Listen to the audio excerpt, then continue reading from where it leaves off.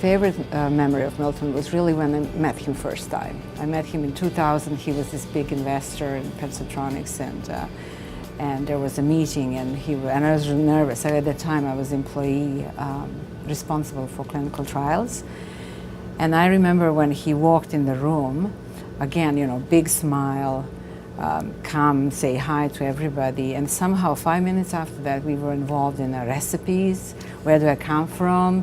What was my favorite meal?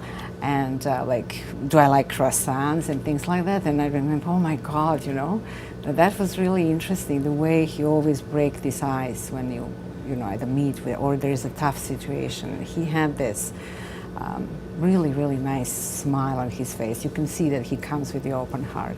If an image of Milton crosses my mind in the future, it will be the one of Saturday morning at the Granville Market, and it will be out of nowhere comes someone wearing an embroidered, highly colourful waistcoat, an embroidered, highly colourful little hat, looking more like an Inner Mongolian peasant than a leader of business in Vancouver. My favorite memory was the last time I saw Milt was just probably a week or 2 weeks before he died.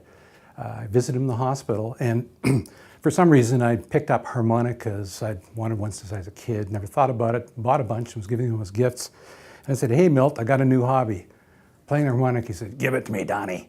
And he played Oh Susanna, and said, I haven't played that since I was in Camp Artaban when I was 18. He started to laugh, and I started to laugh, and the counselor started to laugh, and it was a fairly dark, somber moment, but boy, it was a lot of fun. And that was my last time I met with Milt.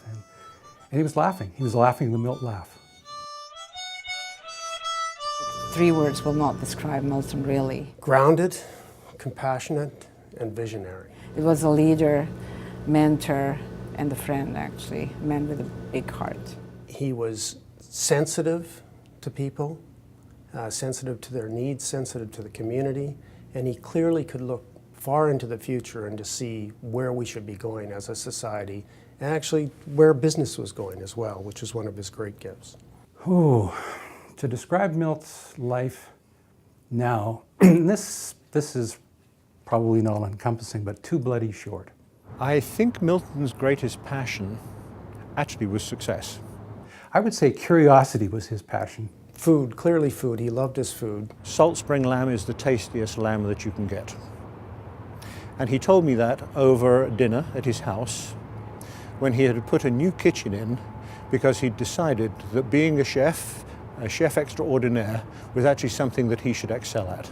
Milt had lots of advice on lots of things, but I think the thing that comes most to mind to me, I don't know if he said it exactly this way, and he might have said it, depending on the circumstances, a little more graphically, but it was sort of, don't let the people who say no have the last word. Never give up. And I think that was his favorite. He would always counsel people, no matter how hard things were, never give up. I think the overall legacy that Milt left was his involvement and his great warmth and his sense of humor. Milton served to remind me how much of a responsibility we all have when we're fortunate enough to be in a position to give, that we need to. He really wanted to be a part of that force that brings research to the use so that the patient can have a benefit. And I think that in life sciences, that will be his biggest achievement.